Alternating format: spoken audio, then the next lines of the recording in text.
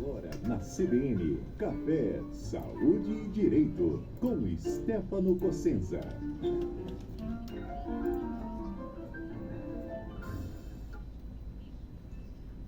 Doutor Stefano, bom dia, tudo bem? Bom dia, Carol, tudo jóia? Tudo certo por aí? Maravilha. Olha, a gente estava falando sobre saúde mental. No quadro passado vai ter um evento aqui, né, que a Bruna Barbosa vai participar, que é a nossa colunista, mas agora a gente vai falar sobre os sinais de prevenção e os desafios na prevenção ao suicídio materno, o papel do psiquiatra e da sociedade no Setembro Amarelo, que é um assunto mais do que importante, né, doutor? Bom dia, Carol, é isso mesmo. Eu vejo que conscientização nunca é demais, né? E para as pessoas nunca podem falar que não sabem das coisas. Eu fico muito perplexo, né? As pessoas não buscam informação, então vamos trazer informações para elas.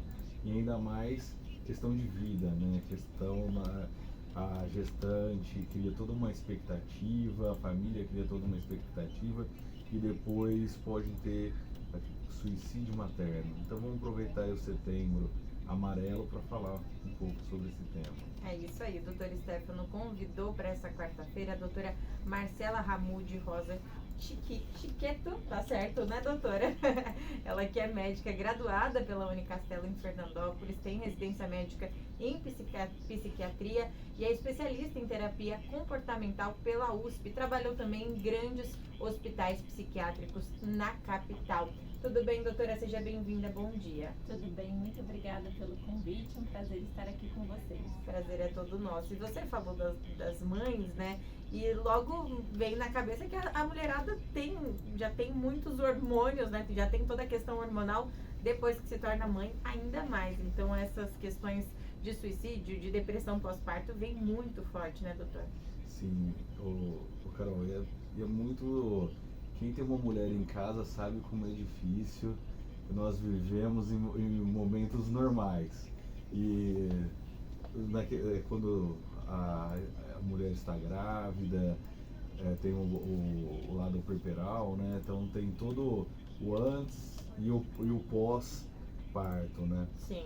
E com base nisso, com esses montes de hormônios à flor da pele, a gente resolveu chamar a doutora Marcela para que ela falasse um pouco do ponto de vista médico, quais são os principais sinais de alerta que um psiquiatra, que a família precisa observar em mulheres para ver se elas têm um risco de suicídio, né? Então, na verdade, os sinais e os sintomas, de uma maneira geral, assim, de uma população geral, a gente consegue identificar numa boa anamnese, então numa boa conversa, numa escuta qualificada. Os dois principais fatores de risco para suicídio, independente do gênero, é uma doença psiquiátrica prévia e uma tentativa também de suicídio prévio. Falando especificamente das mulheres, as mulheres elas manifestam e elas tentam mais, mas quem consegue mais são os homens. Então, o índice maior são os homens. Com as mulheres, nós precisamos sempre ter essa escuta melhor. Então, o acolhimento, entender se está falando sobre desesperança, se viveu algum problema conjugal, se teve alguma perda recente, ou se não tem planos para o futuro, mesmo estando gestante. Esses sinais que elas trazem mínimos, assim, em falas, isso a gente precisa ficar bem atento e prestar atenção. Entendi.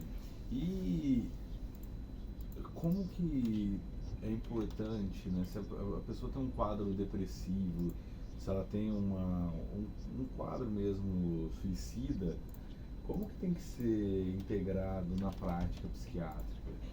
Eu falo que a prevenção vem antes da gestação. Então, se a mulher tem a possibilidade de ter esse cuidado e esse planejamento antes de engravidar, então que olhe mais para esse histórico. Se essa mulher já teve um quadro de ansiedade, um quadro depressivo no passado, é uma mulher que tem um fator de risco num pós-parto. Se ela não planejou a gestação e está já grávida, o médico precisa avaliar. Então, se ela não faz acompanhamento com nenhum psiquiatra e ainda não engravidou, eu sugiro uma avaliação, tipo, antes de engravidar. igual quando a gente vai fazer uma avaliação com um GO, ver como que estão os exames, para ver se está bem, se está ali fértil, se não está, eu sugiro essa avaliação com o psiquiatra para conseguir avaliar qual que é o risco dessa mulher desenvolver uma depressão, tanto durante a gestação quanto no pós-parto. Se já está grávida, eu sugiro também procurar um psiquiatra para fazer essa avaliação, se já está ali com risco de uma ansiedade mais aflorada ou se está num quadro depressivo, porque se faz necessário o tratamento. Muitas vezes a gente fica preocupada ali, se pode usar remédio, se não pode usar remédio. Sim, tem muitos medicamentos que podem ser usados na gestação e isso é uma maneira da gente prevenir uma depressão pós-parto.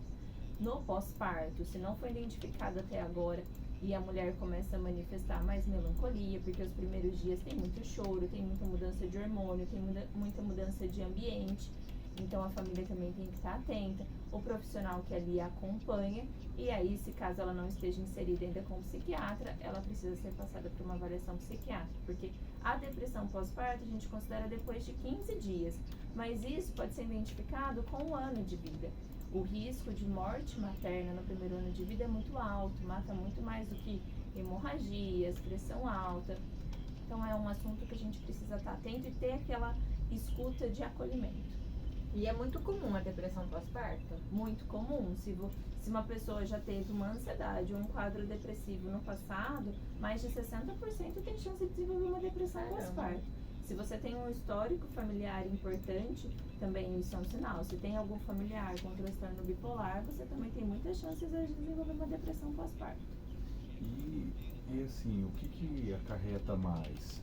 É por conta da mudança hormonal ou porque mudança de rotina? Porque ali, vamos supor, a pessoa tem um relacionamento. Então o relacionamento é A2, entre ela e o esposo. E aí chega uma terceira pessoa. Então, na verdade, viram 3 relacionamentos, né? Dela com o marido, do marido com ela, ela com o marido, ela com o filho e ela o marido-filho. Então, de um relacionamento acabam virando 3 relacionamentos.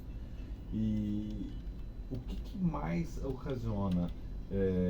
Tem algum estudo, tem algum fundamento? É a questão de relacionamentos, a questão de rotinas, ou é a mudança brusca de hormônios que faz essa mulher ter um caráter mais depressivo, um caráter mais significativo? Eu diria que é multifatorial, mas também eu acrescentaria a questão do histórico dessa mulher.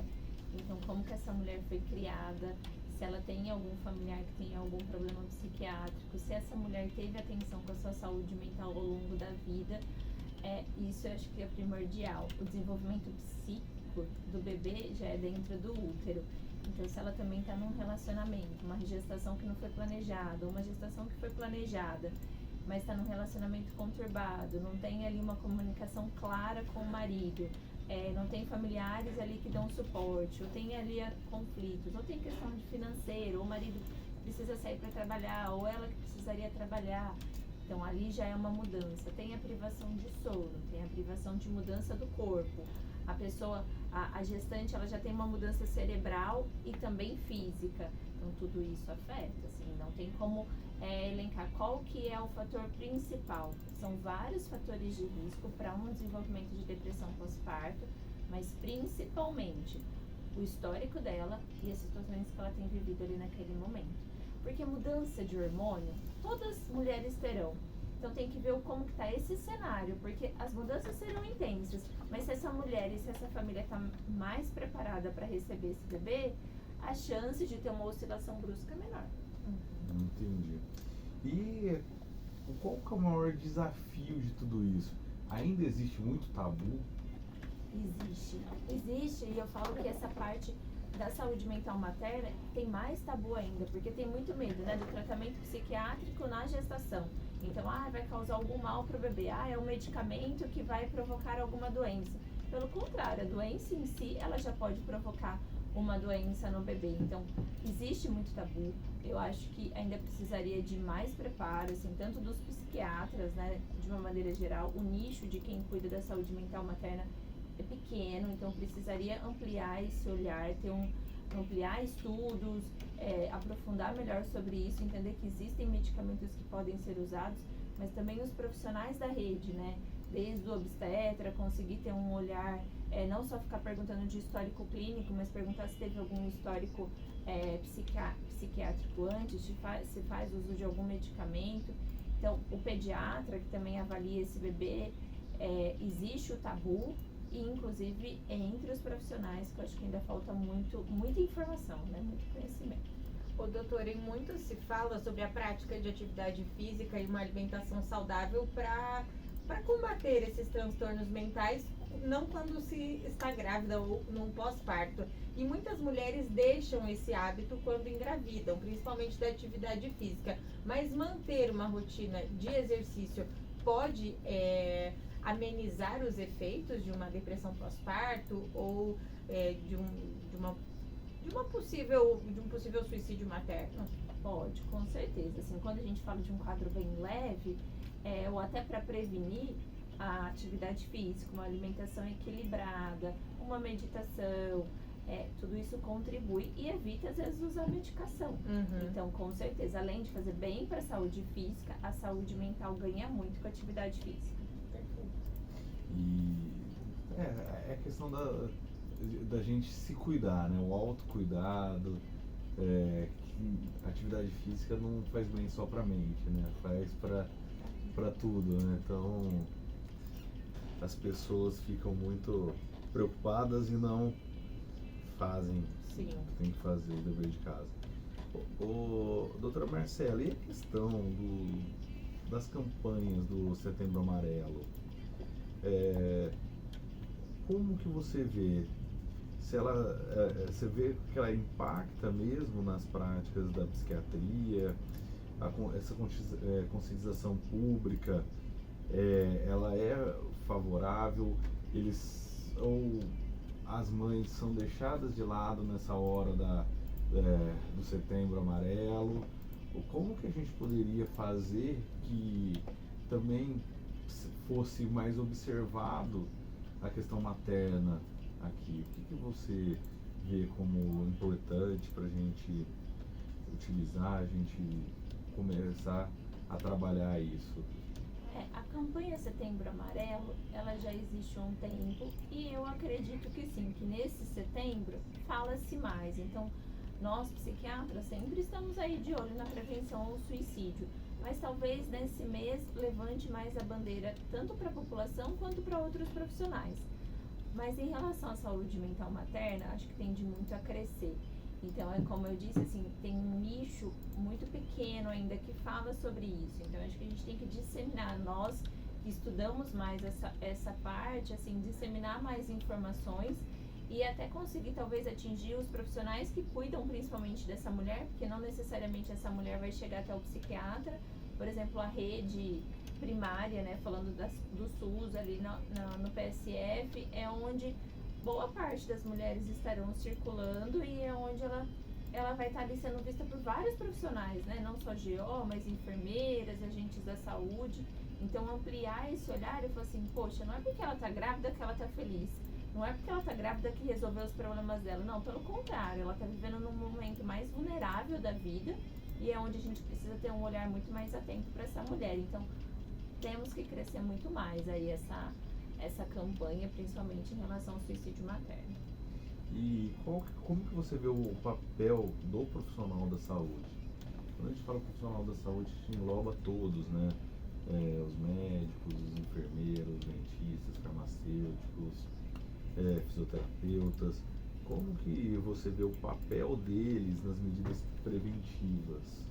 Eu acho que isso precisa ser ampliado também, assim, trazer mais informações. Então, aquele médico ou outro profissional que está ali na escuta, perguntar se está tudo bem, como que está indo em casa, né? Se está com algum problema, como que está o relacionamento ali com o marido, como que ela tem se sentido com a gestação, conseguir fazer uma triagem dessa mulher, se está tomando remédio, se já tomou algum remédio na vida, se está se sentindo mais triste ou mais ansiosa ou com os pensamentos mais obsessivos. Acho que os papéis dos profissionais é conseguir ampliar essas perguntas e não ficar só focada assim, como que está a sua pressão, como que está a sua alimentação? Apesar que através da alimentação às vezes a gente consegue ali ver, né, se a paciente está conseguindo se cuidar ou não, mas é ter essa escuta mais ativa e mais fina, que pequenos detalhes podem trazer informações de que essa mulher não está tão bem. Existe algum estudo que aponta qual que é o índice de depressão em gestação? Existe aí esse estudo que é em torno aí de 20 a 50% na gestação pós-parto, na gestação, e no pós-parto é muito mais de 60%, se a mulher teve já um histórico no passado. Então, o índice é alto de depressão, tanto na gestação quanto no pós-parto, e não só de depressão, mas existe o TOC, que a gente fala, que é o pensamento obsessivo, que pode levar a mulher à loucura, né? Pensando muito, criando situações e não dando conta e levando, por exemplo, até uma psicose num pós-parto e provocando suicídio. Então é uma cadeia, né? Uma coisa vai gerando a outra e vai sendo só alimentada. Inclusive no direito penal é uma das atenuantes, né? Quando a psicose, quando vem até provocar o falecimento da criança, né? Então o bebê é muito complicado e isso realmente precisa ser conversado e precisa ter atuações, né, do poder público, esse incentivo de todos os canais, né, de comunicação, para que todos saibam. E o índice de suicídio, teria alguma pesquisa nesse sentido? A principal causa de morte materna direta no primeiro ano de vida do bebê é o suicídio materno. Então, muitas mulheres assim que buscam o suicídio, não foram olhadas, não foram cuidadas e cometem ali. Então, como eu disse, mata mais do que pressão alta, que hemorragia no primeiro ano de vida. E o marido, o que tem que fazer? O marido precisa acolher. Eu acho que é essa escuta do marido, né? Não achar que a mulher tá louca, ou não que a mulher tá irritada. Tipo, poxa, você tá com um filho, por que você tá mal-humorada? Mas existe uma privação ali da família. Então, que esse marido possa ter uma gentileza, né? Conseguir ali cuidar da casa, preparar uma comida para a esposa, levar até ela, oferecer para ficar com o filho, para poder ninar. E se ele perceber, ou se ele ver algum sinal até mesmo no bebê, né, de alguma agressão, ficar atento às janelas, né, se mora em prédio, esse risco, não deixá-la sozinha, pedir ajuda para alguém, colocar limites nos palpites, nas visitas, porque o que às vezes a mulher mais precisa e ela quer é o amparo do marido. E muitas vezes tem os familiares chatos, né, que vão em casa, fica dando palpite. Ainda mais se for de Guapiaçu, né?